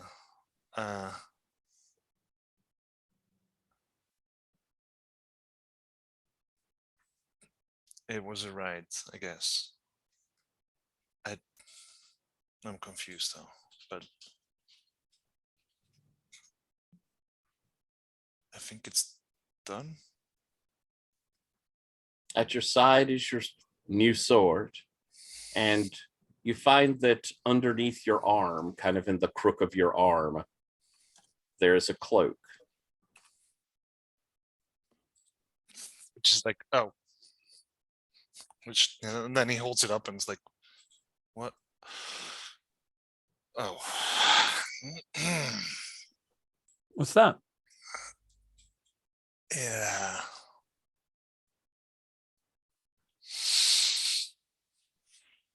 And there's like a he sort of like rubs his like he pinches the top of the tip of his nose and the sort of goes like I think it comes with the territory, and then sort of like goes like there's a can you Of course. And she'll drape it around and kind of hook the clasp, and there is kind of an ornate clasp to it that you had seen on him. okay, yeah, no, yeah, okay, that's good. Now get in front. Sit, get in front of me. Yes, Sir Soren. No, kneel. She drops to a knee, looking a little quizzically. Yeah, thank you. So, first thing I want to do is knight you, and just so really does it kind of unceremoniously, like tap. Okay, now rise. Knight Thurza. Really?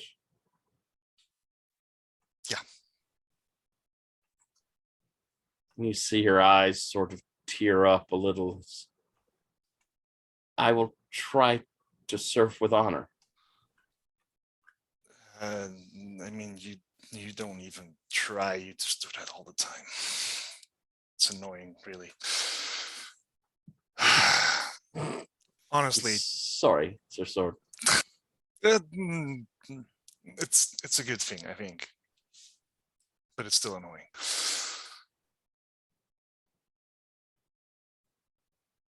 Now,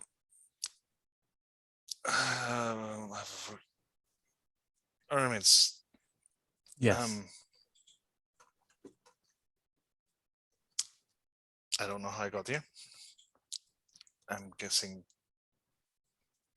weird stuff that you understand better.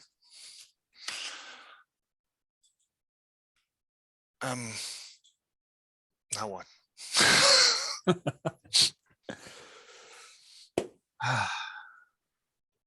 You've completed the quest. You are the Grand Master. Yes. Apparently. I should probably tell some other people, huh? That would be a good idea.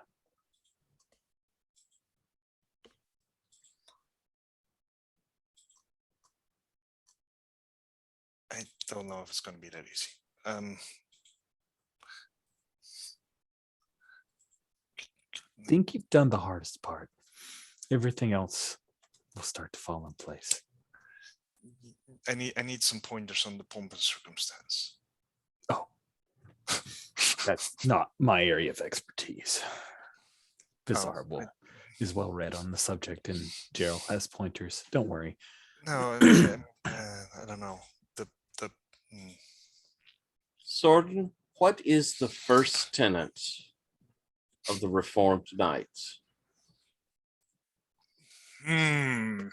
Oof.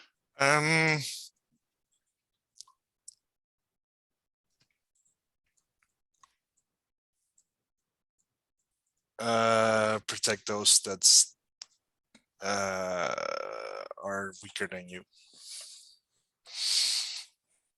Excellent.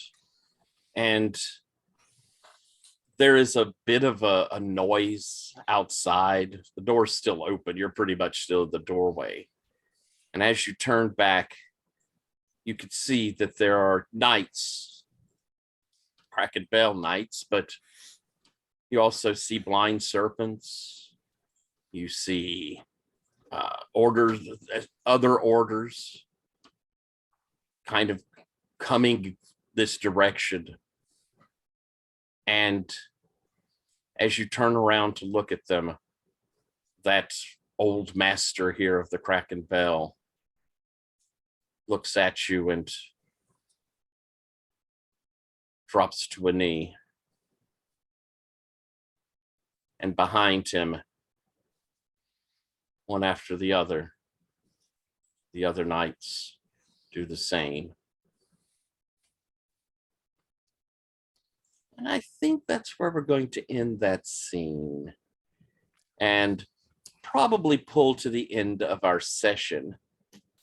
Couple of little moments though, as we see the camera sweep across these kneeling knights. We hit towards one of the thoroughfares leading down, and we get down to Derelictus, where we can see rows upon rows of the houses with the badge of Steres on them. We see the guards of Steres walk in the streets, keeping them safe, knocking heads of those who don't have badges.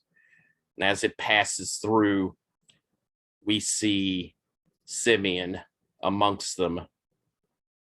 And with unbelievable speed, he leaps across, cracking one upside the head. Get out of here! You don't belong. This is Steres territory. It passes to the lower reaches of the river.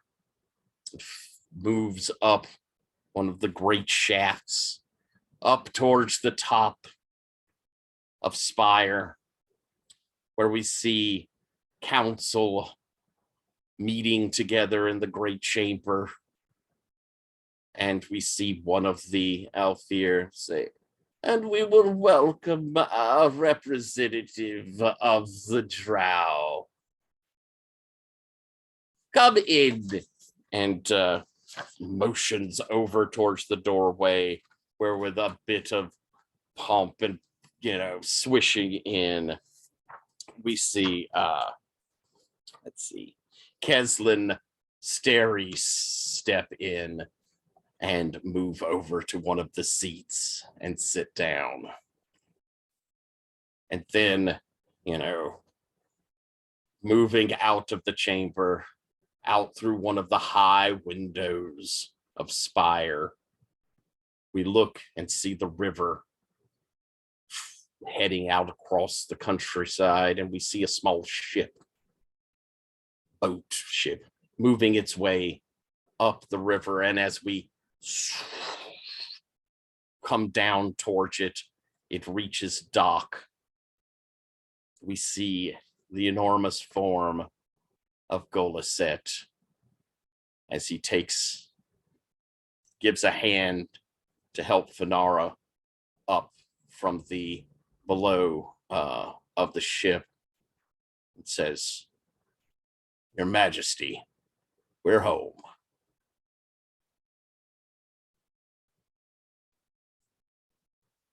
And that's where we'll stop. All right, if we got a few minutes, let's do a little stars and wishes. We didn't do one last time. So let's go around with some stars if folks are up for it. think I'll stick with, we went down the character keeper before. Let's just do that again. Jan, any stars? Yes. That was a very epic ending to a quest. um, I really enjoyed also the interactions between Visar and Gerald again, as always, and that was pretty strong. Awesome. Thank you very much. I'm glad that it sounds like it was a satisfying conclusion to the quest. Cool. Thank you very much. Alex, any stars? Yeah. I mean, I really loved having the getting to have some scenes with Bizarre again, and I like that we kind of settled into, there's exasperation, but there's less of a, I don't know, they balance each other a bit better, I think, at the moment. Even if there's complaining and whinging and bickering, it feels a bit more good-natured. But with the Zordin's quest, I absolutely loved his exasperation with Durza. Competence and honorability.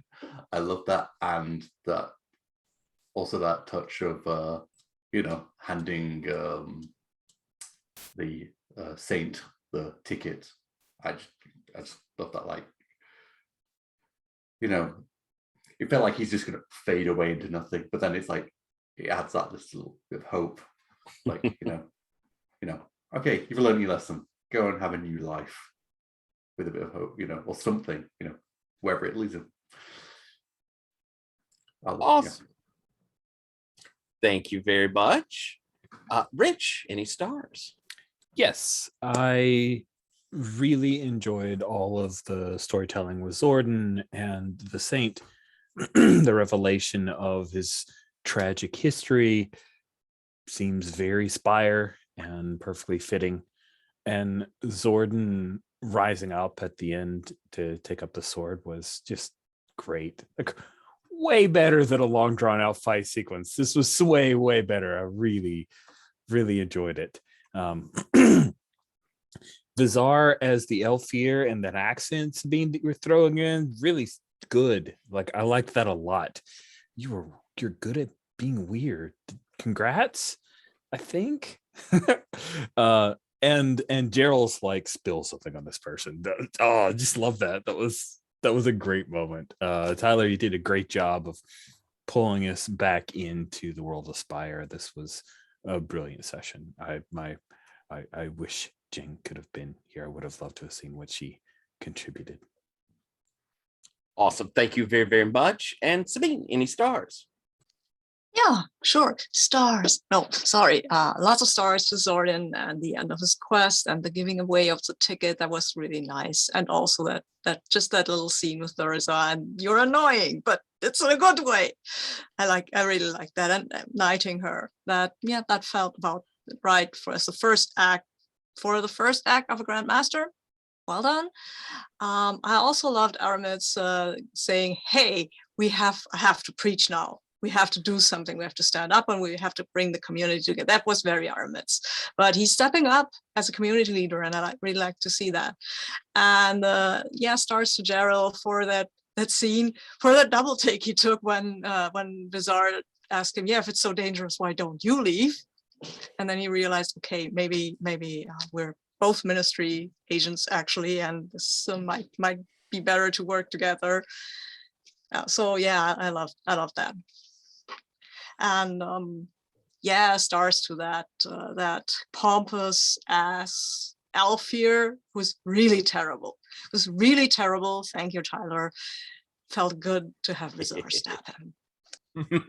And also Halcyon. I will stab that one, maybe, or somebody else will, but he must be stabbed. It'll be in your name if it happens. By Gerald Sand. I'm glad he seemed awful. I wanted him to be awesome.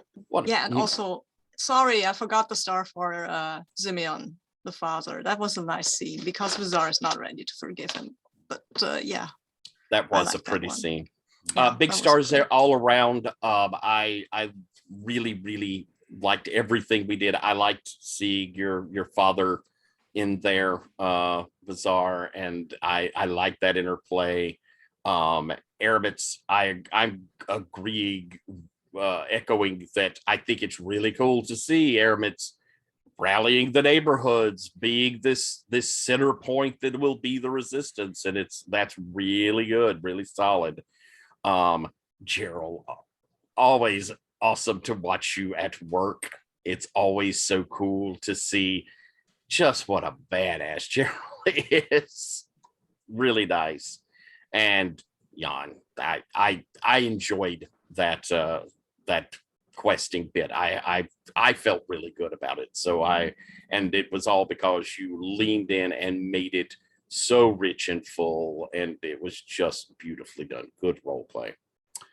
So let's do some wishes. Coming on back from you, Sabine. Any wishes? We only got one, perhaps. Well, we got two left. Okay. Wishes. I would actually think I like a scene with either Gerald or Aramis or both of them, where I can talk to them about my family, because that needs to happen, I think. Awesome. Cool. Rich, any wishes? Yeah, I wish that also the Vizar, because like I'm at this weird crux. I love the Aramis as community defender, but that also pulls me away from scenes with other player characters, and I'm mindful of that and worried about it. So I'm trying not to take screen time for the community, which isn't really as important as what we have been doing. And so I would also like, my wishes would be scenes with Gerald, Vizar, with Finara. Excellent. I hear you. Alex, any wishes?